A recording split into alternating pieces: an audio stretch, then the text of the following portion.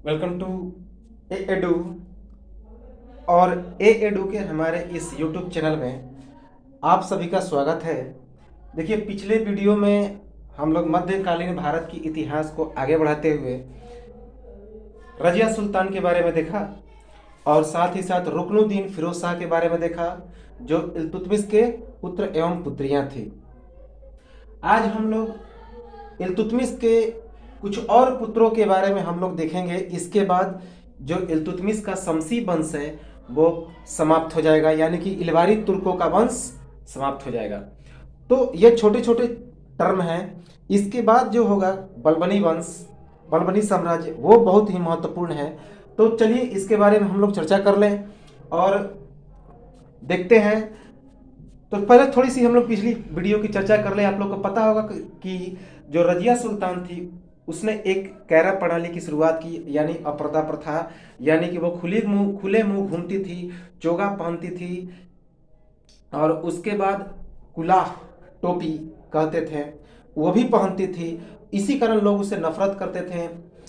और रजिया सुल्तान के साथ एक प्रेम संबंध था याकूत का, जो शाही अस्तबल का प्रधान था, यानी अमीर आखूर था, अश्वशाला का प्रधान था, और उसे यह पद रजिया सुल्तान नहीं दिया था। इससे नफरत होकर जो भटिंडा का सूबेदार था, राज्यपाल था, जिसका नाम था मलिक अख्तियार अल्तुनिया, उसने याकूत की हत्या कर दी और साथ ही साथ रजिया सुल्तान को बंदी बना के कहाँ रख दिया? तबेर हिंद में। तो तबेर हिंद में बंदी बना दिया। और उसके बाद रजिया सुल्तान ने क्या किया था कि गैर तुर्कों को सामंत बनाने का प्रयास किया, जिससे जो तुर्क आमिर थे रजिया सुल्तान के विरोधी हो गए। और उसी रजिया सुल्तान, उसी विरोधी में से एक नेता था जिसका नाम था मलिक अल्तुनिया। उसने रजिया सुल्तान को बंदी बना दिया और बंदी बनाने के बाद जो अगला और किसे नियुक्त कर दिया? दिल्ली सल्तनत का बादशाह, सल्तनत का शासक, तो बहराम शाह, यानी कि मुइजुद्दीन बहराम शाह, जो कि रजिया सुल्तान का भाई था। और खुद विवाह कर लेता है रजिया सुल्तान से। रजिया सुल्तान से विवाह करता है क्योंकि रजिया सुल्तान डर गई थी कि कहीं याकूत की तरह रजिया सुल्तान को भी वह मलिक अल्तुनिया मार न दे। इसके बाद बहराम शाह के विरुद्ध उसने अपनी सत्ता को पाने का प्रयास किया, लेकिन बहराम शाह से वह हार गई और हारने के बाद वह दिल्ली फरार हो गई अपने पति मलिक अल्तुनिया के साथ।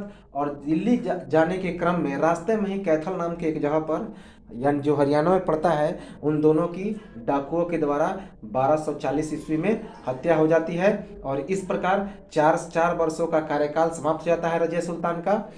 और रजिया सुल्तान के शासनकाल में जो बहराम शाह आया, उसने एक नायब नाम का एक पद का भी सृजन किया, जिसको हम लोग क्या बोलते हैं? नायबे अजीम। तो पहला व्यक्ति कौन था? ऐतगीन। ऐतगीन जो था पहला व्यक्ति था जो इस नायब के पद पर बैठा। तो चलिए अब हम लोग आगे शुरू करते हैं। और उसके पहले हमने देखा क्या कि जो उसका पहला भाई था, उसके पहले जो भाई बना जिसका नाम था रुकनुद्दीन फिरोज शाह, वह महज 4 महीने, अप्रैल से लेकर नवंबर तक, यानी अप्रैल 1236 ईस्वी से नवंबर 1236 ईस्वी तक गद्दी पर रहा। जब 1236 ईस्वी में इल्तुतमिश की मृत्यु हो गई तब, क्योंकि बनना था इल्तुतमिश के बड़े पुत्र को, लेकिन वह अल्प समय में ही उसकी मृत्यु हो गई थी। और उसकी जगह रुकनुद्दीन फिरोज शाह, जो छोटा भाई था, वह दिल्ली का सल्तनत बनता है, शासक बनता है। और 13 वर्ष की अवस्था में शासक बनता है। तो उसकी माता शाह तुर्की इसके संरक्षण करती है और उसी के नाम से शासन चलता है। लेकिन बाद में रजिया सुल्तान उन दोनों की हत्या कर देती है। तो 10 नवंबर 1236 ईस्वी को हत्या करके वह शासिका बन जाती है और भारत की प्रथम महिला शासिका बनती है। दिल्ली सल्तनत की प्रथम एवं आखिरी मुस्लिम महिला शासिका बनती है रजिया सुल्तान, जो बहुत ही महत्वपूर्ण है। और इसकी माता का नाम था कुतुब बेगम। तो चलिए, ये तो था हमारा रजिया सुल्तान के बारे में। अब हम लोग आगे शुरू करते हैं इसके कुछ भाइयों के बारे में, यानी कि इल्तुतमिश के कुछ पुत्रों के बारे में। तो जैसे कि पहला है मुइजुद्दीन बहराम शाह, याद है इसी की रजिया सुल्तान के समय में ही यह शासक बन गया था, इसे बनाया गया था तुर्क आमिरों के द्वारा। तो 1240 ईस्वी से 15 मई 1242 ईस्वी तक मुइजुद्दीन बहराम शाह दिल्ली सल्तनत का शासक रहता है। यह छठा सुल्तान था दिल्ली सल्तनत का और इसने अपने नाम का एक सिक्का भी चलाया। अपने नाम का इसने एक सिक्का चलाया जिस पर इस तरह की डिजाइनिंग अंकित रहती थी।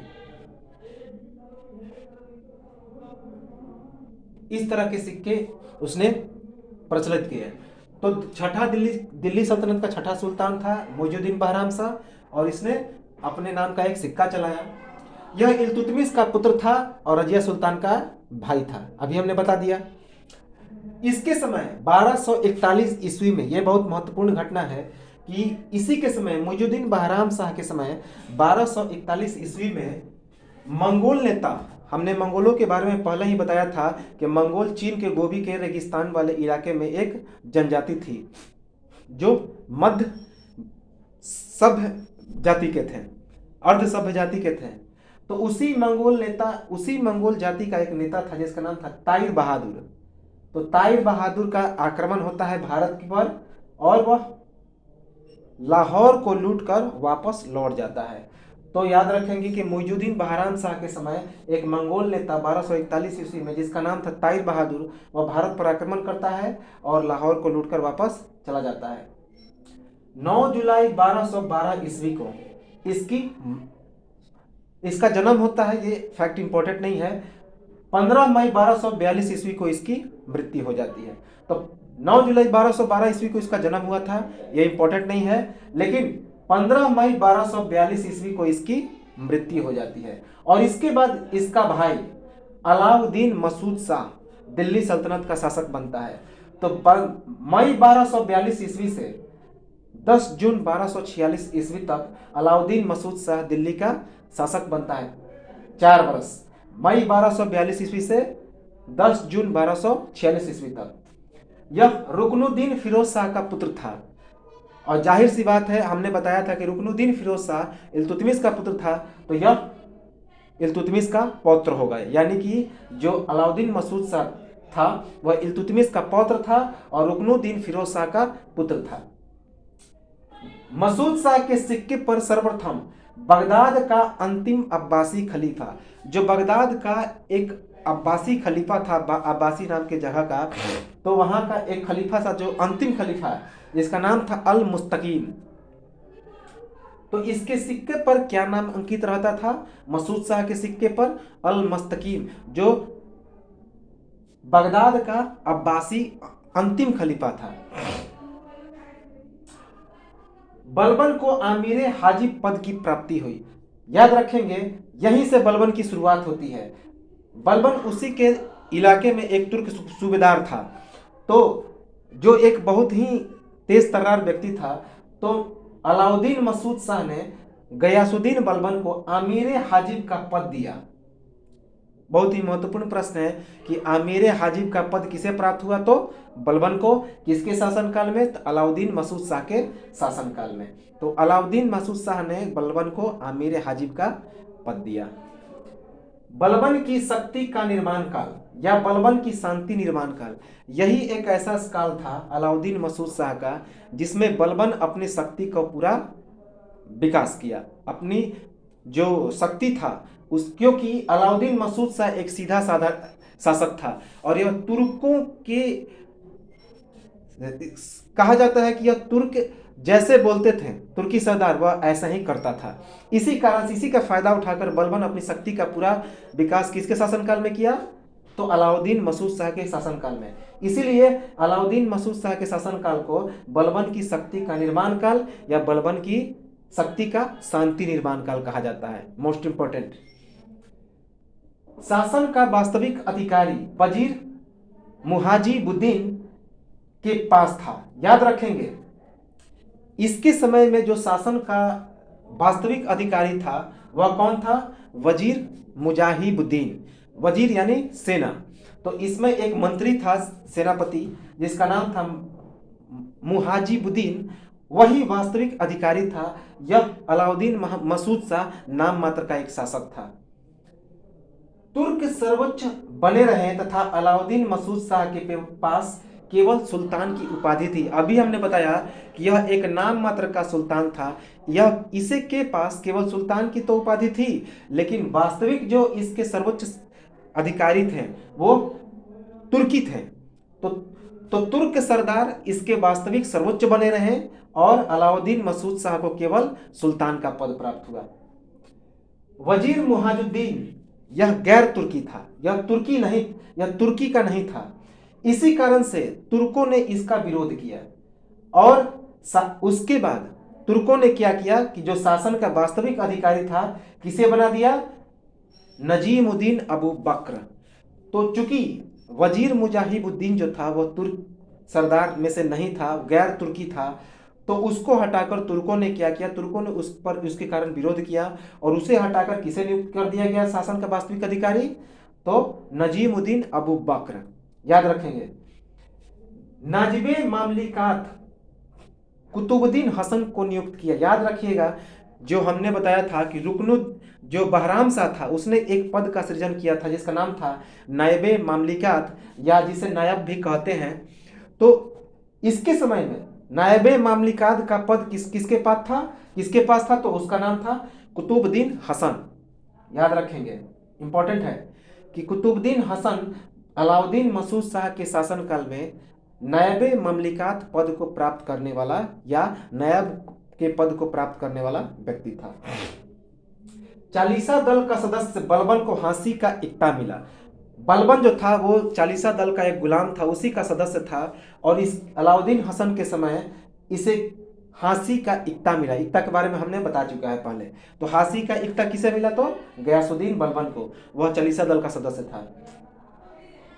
उसके बाद 1245 ईस्वी में सल्तनत सेना का संचालन लाहौर उच्च एवं मुल्तान पर कब्जा किया। ये जो बलबन था 1245 ईस्वी में सल्तनत सेना का संचालन करता है और लाहौर उच्च और मुल्तान पर कब्जा कर लेता है। याद रखेंगे, इसी कारण से जो बलबन था यह इसके शासनकाल में सबसे महत्वपूर्ण व्यक्ति था और आगे हम लोग जब देखेंगे तो बलबन के कई सारे महत्वपूर्ण आक्रमण हम लोग देखेंगे। तो 1245 ईस्वी में बलबन सल्तनत सेना का संचालन करता है और लाहौर उच्च और मुल्तान पर कब्जा कर लेता है।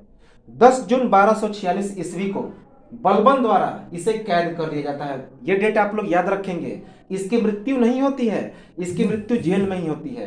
तो जब बलबन 10 जून 1246 ईस्वी को अलाउद्दीन मसूद शाह को कैद कर लेता है तो इसका शासनकाल समाप्त हो जाता है।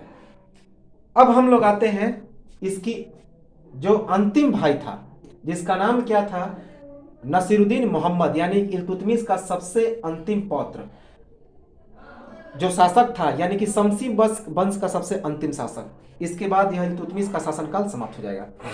तो नसीरुद्दीन मोहम्मद 10 जून 1246 ईस्वी को जैसा ही कैद करता है बलबन, तो इसका भाई फायदा उठाता है।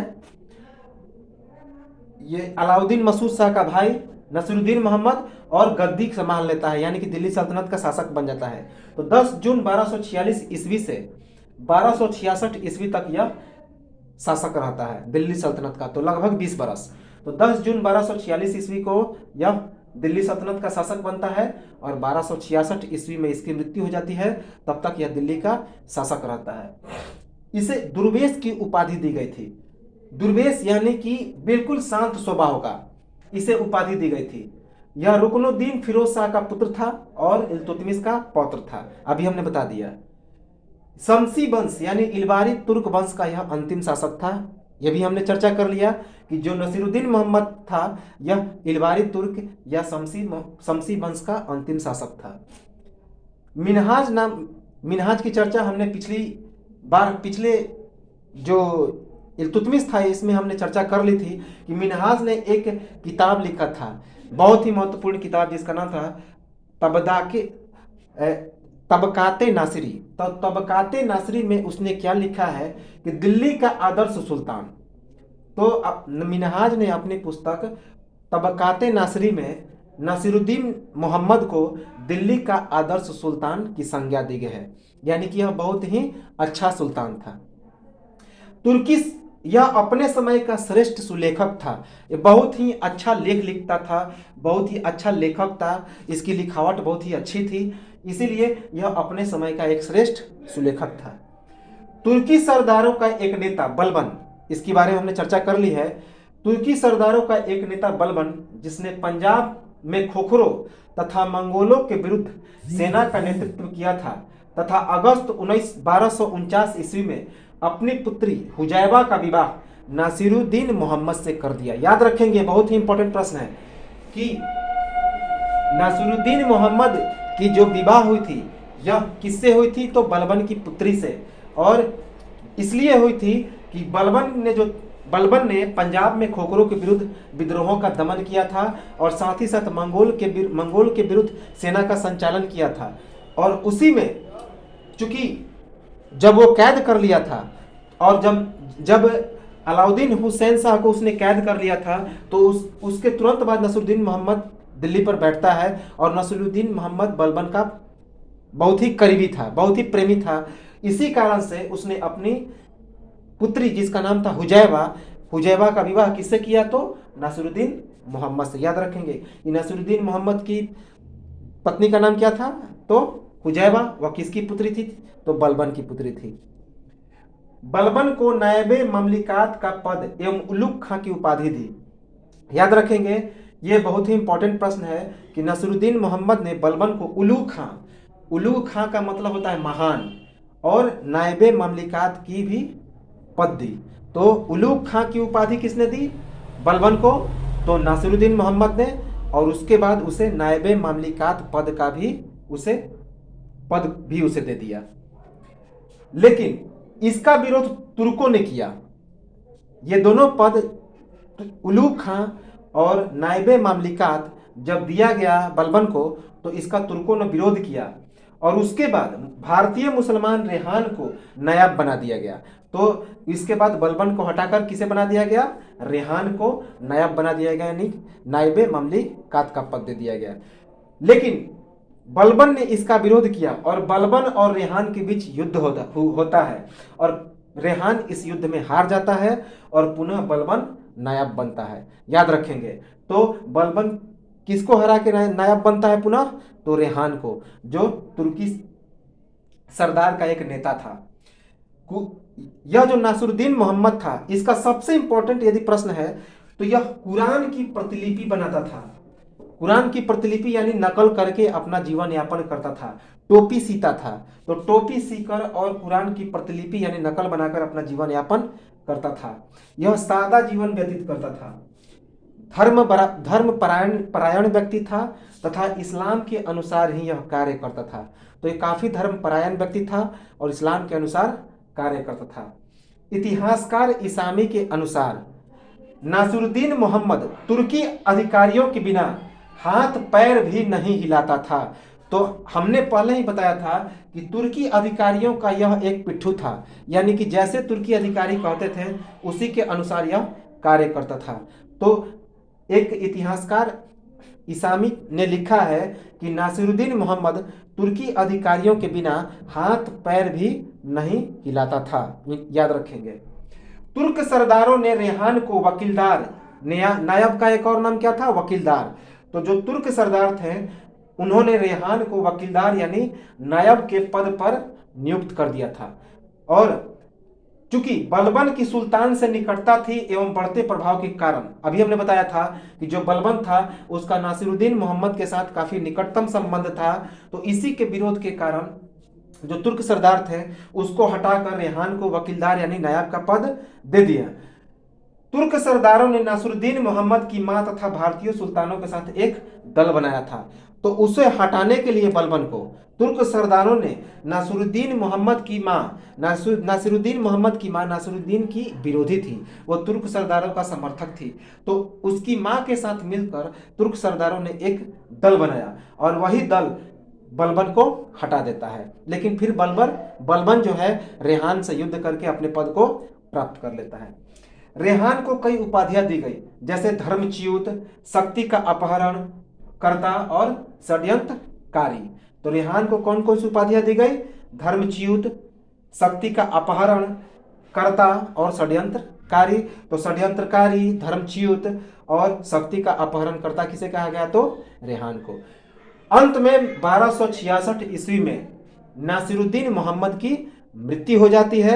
इसके बाद बलबन को कोई रोकने वाला सल्तनत नहीं था और इसके बाद यहाँ से समाप्त हो जाता है शमसी वंश यानी कि तुर्क इलबारी वंश। इसके बाद हम लोग देखेंगे बलबनी वंश के बारे में और शुरुआत करेंगे गयासुद्दीन बलबन से, जो हम लोग अगले वीडियो में देखेंगे।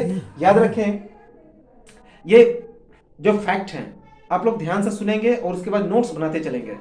शुरू से आप लोग वीडियो देखेंगे और लाइक शेयर करते रहेंगे और थोड़ा कमेंट भी कर देंगे और सब्सक्राइब कर लेंगे वीडियो को। और एक बार आप लोग इसको स्क्रीनशॉट ले लें। तो मिलते हैं अगली वीडियो में। नमस्कार।